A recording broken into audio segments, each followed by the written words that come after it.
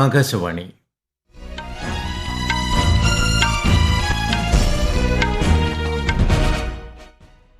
നമസ്കാരം. വാർത്തകൾ വായിക്കുന്നത് Udayan Kiliyannur.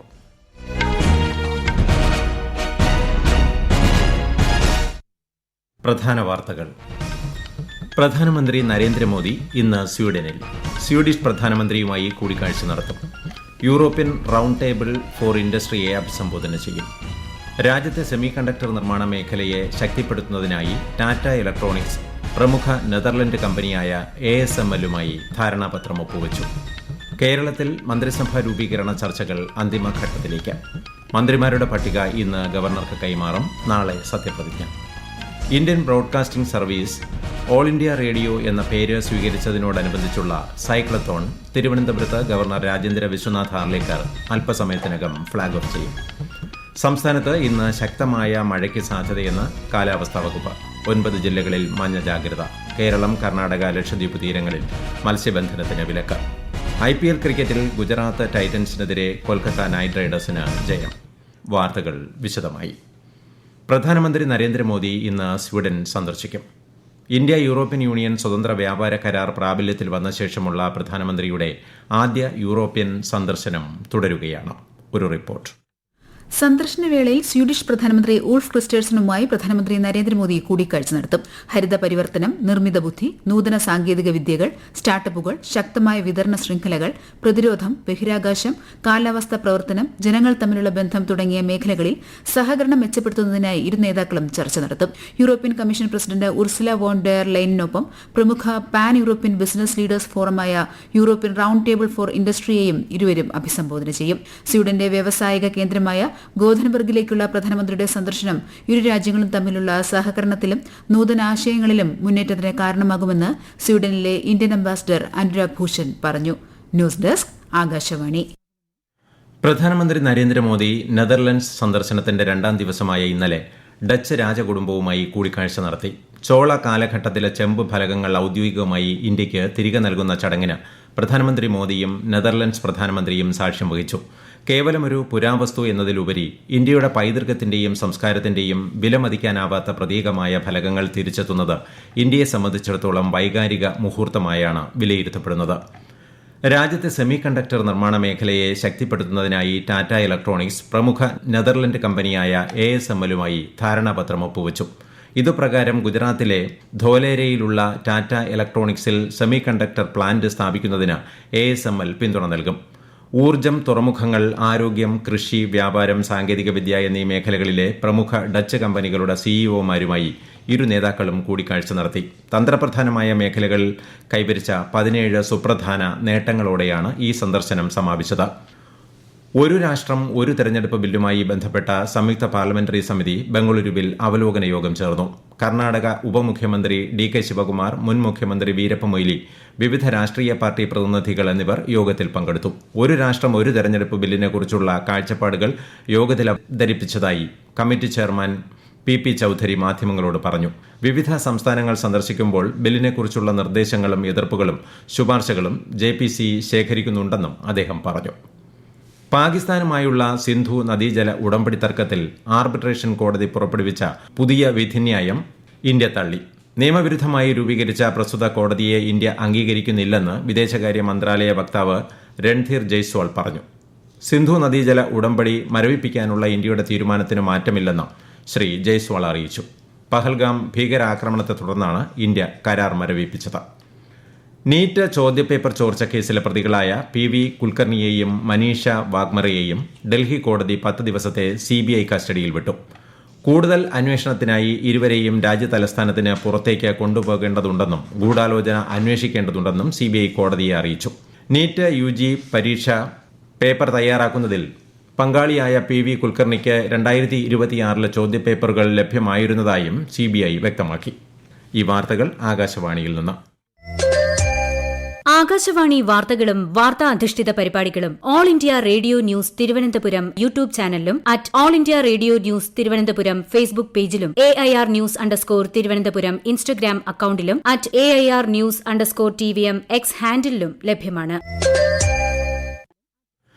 Indian Broadcasting Service All India Radio എന്ന പേര് സ്വീകരിച്ചതിന്റെ 90ാം വാർഷികത്തോടനുബന്ധിച്ചുള്ള സൈക്ലത്തോണിന് അല്പസമയത്തിനകം തിരുവനന്തപുരത്ത് തുടക്കമാകും. കൂടുതൽ വിവരങ്ങളുമായി ആകാശവാണി ലേഖകൻ സ്മിതി എം പള്ളുരുത്തി. രാജ്യത്തെ ആകാശവാണി നിലയങ്ങൾ ഒരു വർഷമായി നടത്തിവരുന്ന വിവിധ ആഘോഷ പരിപാടികളുടെ ഭാഗമായാണ് ഇന്ന് രാവിലെ തിരുവനന്തപുരത്ത് സൈക്ലത്തോൺ സംഘടിപ്പിക്കുന്നത്. കവടിയാറിൽ governor Rajendra Vishwanath Arlekar cyclothon flag off ചെയ്യും. മാനവീയം വീഥി, പാളയം, ബേക്കറി ജംഗ്ഷൻ വഴി ആകാശവാണിയിലേക്കാണ് സൈക്ലത്തോൺ. ആകാശവാണി ജീവനക്കാരും പൊതുജനങ്ങളും അടക്കം 100ഓളം പേരാണ് സൈക്ലത്തോണിൽ പങ്കെടുക്കുന്നത്. കേരളത്തിൽ മന്ത്രിസഭാ രൂപീകരണ ചർച്ചകൾ അന്തിമഘട്ടത്തിലേക്ക്. 21-അംഗ മന്ത്രിസഭയിൽ കോൺഗ്രസിന് മുഖ്യമന്ത്രിയടക്കം 12 പേരെ ലഭിക്കുമെന്നാണ് സൂചന. മന്ത്രിമാരുടെ പട്ടിക ഗവർണർക്ക് ഇന്ന് കൈമാറും. മന്ത്രിമാരെ സംബന്ധിച്ച ചർച്ചകൾ ഇന്നലെ രാത്രി വൈകിയും തുടർന്നു. നാളെ 10-നാണ് ശ്രീ വി ഡി സതീശന്റെ നേതൃത്വത്തിലുള്ള മന്ത്രിസഭ സത്യപ്രതിജ്ഞ ചെയ്ത് അധികാരമേൽക്കുന്നത്. നിയുക്ത മുഖ്യമന്ത്രിയും KPCC അധ്യക്ഷനുമാണ് മന്ത്രിസഭാ രൂപീകരണ ചർച്ചകൾക്ക് നേതൃത്വം നൽകുന്നത്. സെൻട്രൽ സ്റ്റേഡിയത്തിൽ തിങ്കളാഴ്ച നടക്കുന്ന സത്യപ്രതിജ്ഞാ ചടങ്ങുമായി ബന്ധപ്പെട്ട് നാളെ രാവിലെ 7 മണി മുതൽ നഗരത്തിൽ ഗതാഗത ക്രമീകരണങ്ങൾ ഏർപ്പെടുത്തും. കേരളത്തിൽ ഇന്ന് ഒറ്റപ്പെട്ട ശക്തമായ മഴയ്ക്ക് സാധ്യതയെന്ന് കാലാവസ്ഥാ വകുപ്പ്. പത്തനംതിട്ട, ആലപ്പുഴ, കോട്ടയം, ഇടുക്കി, എറണാകുളം, കോഴിക്കോട്, വയനാട്, കണ്ണൂർ, കാസർഗോഡ് എന്നീ ജില്ലകളിൽ ഇന്ന് മഞ്ഞ ജാഗ്രതയാണ്. കേരളം, കർണാടക, ലക്ഷദ്വീപ് തീരങ്ങളിൽ മണിക്കൂറിൽ 40 മുതൽ 50 കിലോമീറ്റർ വരെ ശക്തമായ കാറ്റിനും മോശം കാലാവസ്ഥയ്ക്കും സാധ്യതയുള്ളതിനാൽ മത്സ്യത്തൊഴിലാളികൾ ജാഗ്രത പാലിക്കണമെന്ന് മുന്നറിയിപ്പ് നൽകി. ഈ മാസം 20 വരെ മത്സ്യബന്ധനത്തിന് വിലക്കേർപ്പെടുത്തി. വെള്ളിയാഴ്ച തിരുവനന്തപുരത്തുനിന്ന് പുറപ്പെട്ട രാജധാനി എക്സ്പ്രസിന് തീപിടിച്ചു. രാജസ്ഥാനിലെ കോട്ടയ്ക്ക് സമീപമാണ് ട്രെയിനിന് തീപിടിച്ചത്. പുലർച്ചെ 5 മണിയോടെയായിരുന്നു സംഭവം. ആളപായമില്ല. വിലയേറിയ ലോഹങ്ങൾക്ക് ഉയർന്ന കസ്റ്റംസ് തീരുവ ചുമത്തി ദിവസങ്ങൾക്കുള്ളിൽ വെള്ളിക്കും ഇറക്കുമതി നിയന്ത്രണങ്ങൾ ഏർപ്പെടുത്തി കേന്ദ്ര സർക്കാർ. സ്വർണവും പ്ലാറ്റിനവും പൂശിയ വെള്ളി ഉൾപ്പെടെയുള്ള ലോഹങ്ങളുടെ ഇറക്കുമതി നയം പരിഷ്കരിച്ചതായി directorate general of foreign trade വിജ്ഞാപനത്തിൽ പറഞ്ഞു. വിലയേറിയ ലോഹങ്ങളുടെ ഇറക്കുമതി തീരുവ 6% നിന്ന് 15%ആയി സർക്കാർ ഉയർത്തിയിരുന്നു. രാജ്യത്തുടനീളം സംയോജിത കൃഷി പ്രോത്സാഹിപ്പിക്കേണ്ടതിന്റെ അനിവാര്യത ഊന്നിപ്പറഞ്ഞ് കേന്ദ്ര കൃഷിമന്ത്രി ശിവരാജ് സിംഗ് ചൌഹാൻ. കൃഷി ഉൽപാദനക്ഷമവും ചെലവ് കുറഞ്ഞതും ലാഭകരവുമായി മാറണമെന്ന് ന്യൂഡൽഹിയിൽ ഇന്ത്യൻ കാർഷിക ഗവേഷണ കൌൺസിലിന്റെ ഉന്നതതല യോഗത്തിൽ അധ്യക്ഷത വഹിക്കവേ അദ്ദേഹം പറഞ്ഞു. ഇന്ത്യൻ സമ്പദ് വ്യവസ്ഥയുടെ നട്ടെല്ലാണ് കൃഷിയെന്നും മന്ത്രി വ്യക്തമാക്കി. ഓരോ സംസ്ഥാനത്തിന്റെയും കാർഷിക കാലാവസ്ഥാ സാഹചര്യങ്ങൾ അടിസ്ഥാനമാക്കി കാർഷിക രൂപരേഖ തയ്യാറാക്കാനും അദ്ദേഹം ഉദ്യോഗസ്ഥരോട് നിർദ്ദേശിച്ചു. IPL ക്രിക്കറ്റിൽ ഗുജറാത്ത് ടൈറ്റൻസിനെതിരെ കൊൽക്കത്ത നൈറ്റ് റൈഡേഴ്സിന് ജയം. ഇന്നലെ കൊൽക്കത്തയിൽ നടന്ന മത്സരത്തിൽ 29 റൺസിനാണ് ആതിഥേയരായ കൊൽക്കത്ത ഗുജറാത്തിനെ പരാജയപ്പെടുത്തിയത്. ഇന്ന് നടക്കുന്ന ആദ്യ മത്സരത്തിൽ പഞ്ചാബ് കിങ്സ് റോയൽ ചലഞ്ചേഴ്സ് ബംഗളൂരുവിനെ നേരിടും. മറ്റൊരു മത്സരത്തിൽ ഡൽഹി ക്യാപിറ്റൽസ് രാജസ്ഥാൻ റോയൽസിനെ നേരിടും. ഗാന്ധിനഗറിൽ നടക്കുന്ന ഏഷ്യൻ ഭാരോദ്വഹന ചാമ്പ്യൻഷിപ്പിൽ വനിതകളുടെ 77 കിലോഗ്രാം വിഭാഗത്തിൽ 3 വെങ്കല മെഡലുകൾ കരസ്ഥമാക്കി ഇന്ത്യയുടെ സഞ്ജന. സ്നാച്ചിൽ 96 കിലോയും ക്ലീൻ ആൻഡ് ജെർക്കിൽ 124 കിലോയും ആകെ 220 കിലോ ഉയർത്തിയാണ് സഞ്ജന 3 മെഡലുകൾ സ്വന്തമാക്കിയത്. തായ്ലൻഡ് ഓപ്പൺ ബാഡ്മിന്റൺ സെമി ഫൈനലിൽ മലേഷ്യയുടെ ഗോസെഫൈ നൂർ ഇസുദ്ദീൻ സഖ്യത്തെ പരാജയപ്പെടുത്തി ഇന്ത്യയുടെ സാത്വിക് ചിരാഗ് സഖ്യം പുരുഷ ഡബിൾസ് ഫൈനലിൽ പ്രവേശിച്ചു. ഫൈനലിൽ ഇന്തോനേഷ്യയാണ് എതിരാളി. 9ാം ക്ലാസ് മുതൽ വിദ്യാർത്ഥികൾക്ക് ത്രിഭാഷാ പഠനം നിർബന്ധമാക്കി CBSE. ദേശീയ വിദ്യാഭ്യാസ നയത്തിനും ദേശീയ പാഠ്യപദ്ധതി ചട്ടക്കൂടിനും അനുസൃതമായി 3 ഭാഷകളിൽ 2 എണ്ണമെങ്കിലും ഇന്ത്യൻ ഭാഷകൾ ആയിരിക്കണമെന്നും ബോർഡ് നിർദ്ദേശിച്ചിട്ടുണ്ട്. ഏവിയേഷൻ ടർബൈൻ ഇന്ധനത്തിന്റെ മൂല്യവർദ്ധിത നികുതി 25% നിന്ന് 7%ആയി കുറയ്ക്കാൻ തീരുമാനമെടുത്ത് ഡൽഹി സർക്കാർ. ടൂറിസം, ലോജിസ്റ്റിക് പ്രവർത്തനങ്ങൾ, കണക്ടിവിറ്റി എന്നിവ ശക്തിപ്പെടുത്തുക എന്ന ലക്ഷ്യത്തോടെയാണ് ഈ തീരുമാനമെന്ന് ഡൽഹി മുഖ്യമന്ത്രി രേഖ ഗുപ്ത പറഞ്ഞു. പ്രധാന വാർത്തകൾ വീണ്ടും. പ്രധാനമന്ത്രി നരേന്ദ്രമോദി ഇന്ന് സ്വീഡനിൽ സ്വീഡിഷ് പ്രധാനമന്ത്രിയുമായി കൂടിക്കാഴ്ച നടത്തും. യൂറോപ്യൻ റൌണ്ട് ടേബിൾ ഫോർ ഇൻഡസ്ട്രിയെ അഭിസംബോധന ചെയ്യും. രാജ്യത്തെ സെമി കണ്ടക്ടർ നിർമ്മാണ മേഖലയെ ശക്തിപ്പെടുത്തുന്നതിനായി ടാറ്റ ഇലക്ട്രോണിക്സ് പ്രമുഖ നെതർലൻഡ് കമ്പനിയായ ASML-യുമായി ധാരണാപത്രം ഒപ്പുവച്ചു. കേരളത്തിൽ മന്ത്രിസഭാ രൂപീകരണ ചർച്ചകൾ അന്തിമഘട്ടത്തിലേക്ക്. മന്ത്രിമാരുടെ പട്ടിക ഇന്ന് ഗവർണർക്ക് കൈമാറും. നാളെ സത്യപ്രതിജ്ഞ.